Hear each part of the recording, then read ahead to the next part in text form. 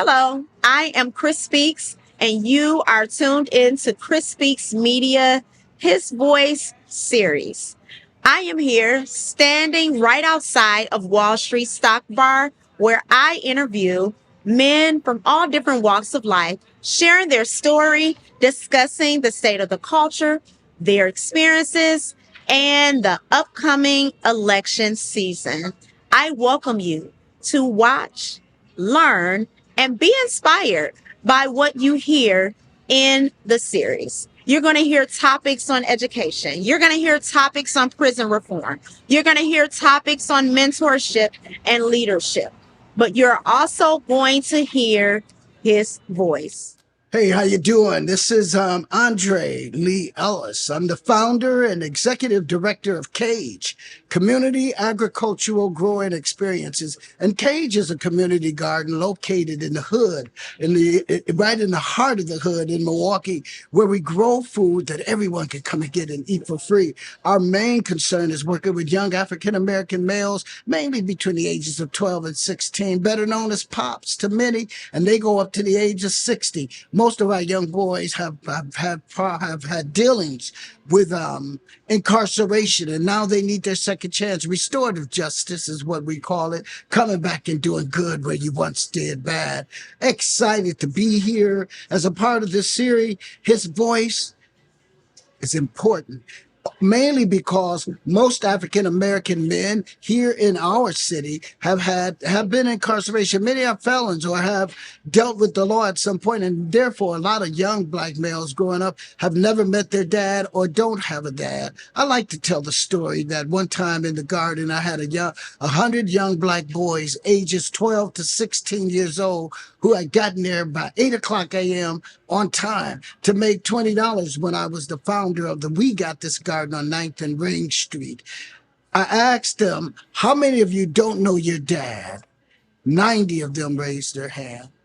Out of 100 little black boys who had gotten to that garden at 8 o'clock on time to make $20, only 5 of them knew their dad. It was at that time when I said to them, I don't have to be the birth dad. I am the birth dad. And why does his voice matter? Because it was at that time that I connected with a lot of my young sons, and they know my voice, and it makes a difference. So when I talk to them about my beliefs, my understandings, and how this country matters and how it should work, they listen. I remember the last voting season, I took a few young brothers who had never voted before to the polls to vote for the first time. And now they're making their own decision. And all of them are going back to vote in November. I'm sure of that because they comment on my Facebook page or anything like that. And I'm telling you that a young black boy that has never been called son and realizes that he is one will listen to the voice of the person that is leading them to the poll. And we must lead our young black boys to the poll, for they must understand that their voice matters and that their numbers make a difference. If you aren't in the numbers, then you can't have any say-so in the matters. If you're not in the numbers, then you can have no say-so in the matters. Andre Lee Ellis, Cage. Mr. Andre, you're a Baba in the community to many. And I am so grateful to have you this evening for the His Voice series. How are you? I'm fine and happy to be here to lend my voice to his. Yes. You represent so many voices. You know, who was one of the first voices that you kind of clung onto that helped you to evolve into the man you are today? Well, one of them was Ben Johnson. And Ben Johnson is 91 years old today. Ben was the first African-American Common Council member to become president of the Common Council. And then one time when the mayor was unavailable, he got to be the acting mayor for the first time. Really? Yeah. And I grew up in that household. I met his son, Jay, in the 7th grade. I was 11 years old at Roosevelt Middle School or junior high school at that time. And he took me home to meet his dad, who was operating the Journal Sentinel shed. And he gave me a job at 11 years old, delivering papers. And he was so articulate. He was so well-mannered. And he was so smart that I wanted to be like him. I didn't know my dad. My dad died when my mom was 3 months pregnant with me. So I needed someone Yeah. to guide me. Yeah, yeah. And now you're a dad to many. So being like you had that example, you were able to get that covering at 11 and you've been a dad to many. Like, what is that like today for you, especially given the climate that's what's going on today? We're talking about your voice, his voice, your story, but also the elections. It's an upcoming election, that's happening this November. How are you feeling, and how are you, encouraging and guiding your sons? Well, one way is by example. Them knowing that I go to the poll, them watching my life. I've done a lot of cleaning up in my life and things that I used to do that I don't do anymore because when they look at me, they need to see that they can make it to 64. A lot of our young black boys don't think that. They, if you ask them if they're afraid of dying, they'll tell you no. And you say, why? And they'll say, because I'm going to die anyway at one time. But then I say, what about living? Yeah. Are you afraid of that? I said, because I'm not afraid of dying either, but I am afraid of living wrong. Mm-hmm. And then that's a whole nother conversation. What is living wrong? Living wrong is hopping in a fast car with people that you know are up to no good. Living wrong is taking a gun and going and robbing somebody of their goods and finding yourself in a situation where you have to shoot them because you need to get away, but now you're caught up in a court case. And while you're in that court case, here shows up somebody like myself to say, you can have a second chance. We can talk to the judge about it. And I get a lot of opportunities to do restorative justice practices within the court system where I go to court with a lot of young black boys. And many of them can't believe it because I don't know them from Adam. Mm-hmm. But I do know that Adam was the first place that they came from. Mm-hmm. And so we start there and I just show them sincerity. Then I bring them to the garden. And in the garden, I teach them man stuff. They see me married, and I'm married and committed to my wife, and they see that. Mm-hmm. And they want to look forward to that. They see me taking care of all 23 of my grandchildren. My wife and I, we had 6 children, but I had a son that passed away, so we had 5. And they see that. And while there, I help them get their driver's license, get jobs.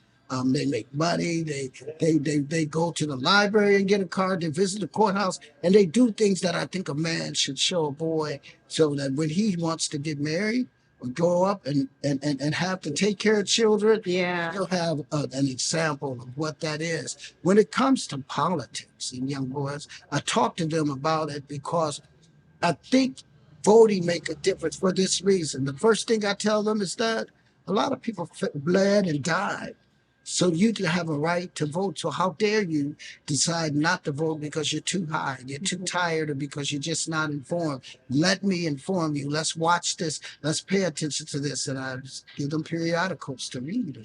We have conversation. Mm-hmm. So what are some of those conversations like in this particular, with this particular climate, this particular election season, with these particular candidates? What have you been hearing lately? Well, one of the questions I asked them is that if you were a slave, do you think you could have survived slavery time? And what if there was a candidate that was talking about taking us back to those ways? Because while you're in the court system, there's a lot of laws that have not changed since slavery time. And so your sentencing, you're almost going to get some time, even if it's the plea bargain, unless the earth dad show up. I'm not the birth dad.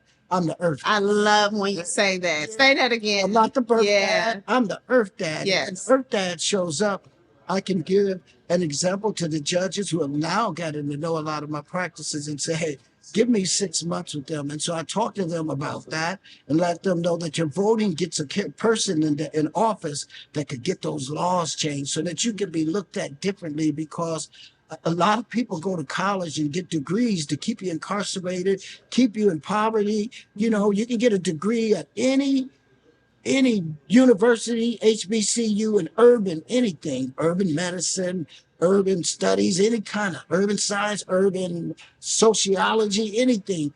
And it's urban usually mean poor black and brown people. But what college or university do I go to where I can get a degree in suburban anything? Who teaches me how to keep white people poor and keep them impoverished? So it's good to see a black woman around. A black woman that is intelligent, a black woman that crossed the barriers of color. So you can't say that she's just one color because she represents so many. And I think that's intimidating to so many people because so many families have blended families now. Rich white families have little black babies in them now. Either they adopted them or through marriage of biracial marriages. It's happening. So I teach little black boys. I teach them to look at that. I teach them to look at, do we need a mother for a president, or do we need a pimp? Mm. A lot of them are attracted to the pimp, the gangster in the candidate, and I'm in the name of Donald Trump. I'm a Democratic supporter, and that's where I come from. I am not against the Republican Party, but I'm against evil. I'm against anybody that is willing to provide propaganda, falsehood, or put it out there as if they are right just to get into office, and then I know we're going to be hoodwinked and things are going to change. Mm-hmm. I would rather vote for a mother that knows how to take care of family, that cares about kids, that already has an interest in black boys and where they're going, been a prosecutor, a law, in the law, and have prosecuted or fought for the rights of black men, young black men, and other people. I just like Kamala Harris, and I think that Kamala, however you say it, in our culture, you gonna get a potato, a potato, Whatever it is. Your family. You know what it's told. You know what Right. you're talking about. I just like how she rolled.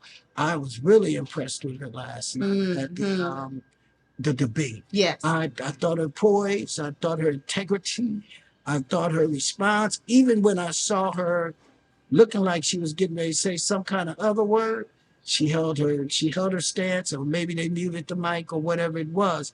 But I thought she showed her intelligence for people and her heart and her caring for the people. And I think we need to try a president that way. Okay. Okay. I love that. I love that. I like how you stated the distinction, how you able to tell the boys, tell the men, hey, would you like this or would you like that? So you brought up, would you like a mother or would you like a gangster? And that's interesting, because you were speaking about black boys, but thinking about the black men. And there are a lot of black men. I don't have the figures right in front of me, but many black men are kind of, they're like, I'm not sure if I want to, go all in with Kamala Harris, and you have a right to vote for whoever you want to vote for. But as you stated, that's who you're going for. What do you say to those black men who are on the fence about Miss Harris? Your gangster decisions got you incarcerated.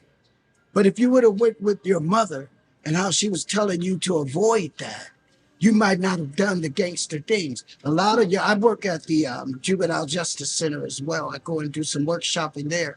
And when I talk with young black men, and I say to them, your gangster decision got you incarcerated. When you go home, you're going to go to your mother's house probably, because you don't have anywhere else to go. Now you've been defiant, you've been disobedient, and you somehow gained some sort of hatred or malice for her. But being incarcerated, you were crying for your mama, and you were wishing that you could get to your mama. America has us crying for our mamas. And that's what I'm saying to black men. Stop it.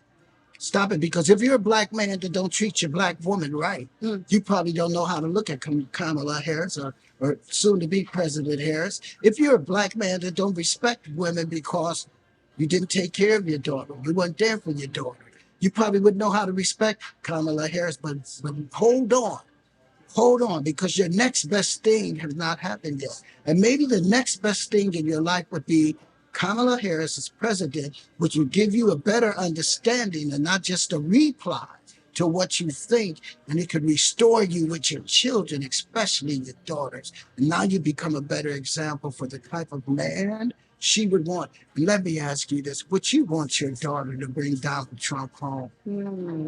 How you broke that down, because it really causes us to think, what do we want?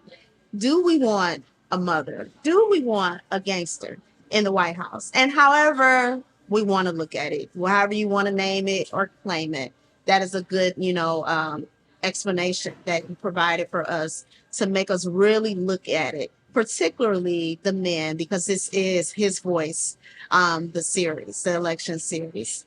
What else do you have for us to share? Well, I would say this. One of my favorite Bible scriptures says, "In all you're getting, get an understanding." And most of us don't listen to understand. Most of us listen to reply. Listen and silent are two words spelled with the same six letters and that are similar in meaning, but very few people know how to do both. If you would just quiet down a little bit, be silent, be still, and listen, study to show thyself approved. Go and get the information. Don't go from your being defiant. Don't go from your pimp mentality or gangster mentality.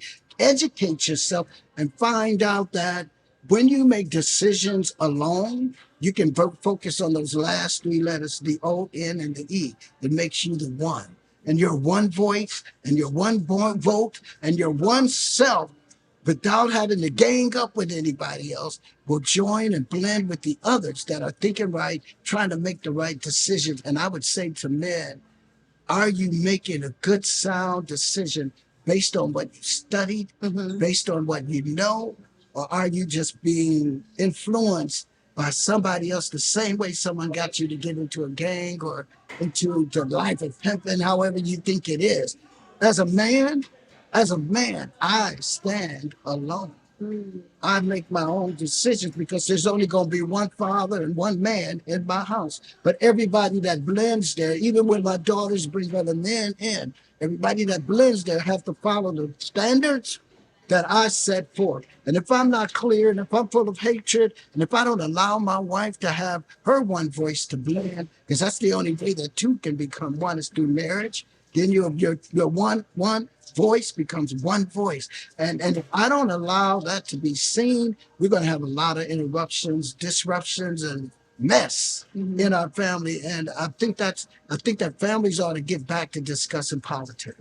Ought to get back to saying, if we vote for this candidate, how is it going to help our family advance? Is it going to help in education? Yeah. Is it going to help in sexology in our life? Is it going to help in bearing children? Is it going to cause an interruption in the attitude? Is it going to tell my child that you can climb out the window anytime you want to and you don't have to listen to me? Because some of that is going on. And I think that Kamala Harris will promote that. And in my household, I want to be the one voice that not dictates, but influences my family to say, hey, everybody go get some information. Come to the family meeting because we need to have those again, whether it's Sunday dinner or whether it's Friday night movies with popcorn and 7-Up or Kool-Aid, whatever it is, we need to have those meetings again. And parents, especially men, those of you that are not in the lives of your child, when you decide to get back into his life, he's usually grown. Now you want to act like he's 6 years old and you don't know him as he is today. Get to know your child as they are today. Then maybe you can influence the decisions that they make. And when your child becomes 18 years old, the very best birthday present for them would be going to the polls together for the first time. So if you have a child that's already 18 and y'all never been to the polls together, my advice would go to the polls together because that's a legacy that you can leave in the back of their head. Right. Even when you're dead and gone and they think about voting, they'll say, the first time I went to vote, my dad, my father took me, he went with me, and then afterwards we went out to breakfast or dinner or wherever it was, and we sat down and we had a conversation on how that vote for the next 4 years, next 2 years, could make the difference in our life. And I asked my children, now that you voted, what are you going to do to be a part of the vote and the decision that you make? How are you going to take advantage of it? Yeah, that's the big question. So creating the legacy, because often with legacy, we're thinking about the monetary, which is very important, but you're saying this is the time to create a new legacy for your family. Let's sit around the table. Let's talk about who we're voting for. Let's talk about why. You may have an opposing view, but this is what dad is deciding, and I will hope you will follow what I decide, and go from there. I really appreciate you sharing in this series as an elder, as a leader in the community, leading men and boys. I honor you and I appreciate all that you are doing to help us. But I would say this to you, and Thank whether it you. makes the series or not, I say this to everybody now. We need to start looking forward to our next best thing because it haven't happened yet. Awesome. I love it. I love it. I'm looking, always looking. Thank you, Mr. Andre Lee Ellis. Thank you. Thank you for watching His Voice series. And for more content, subscribe, watch, learn, and be inspired.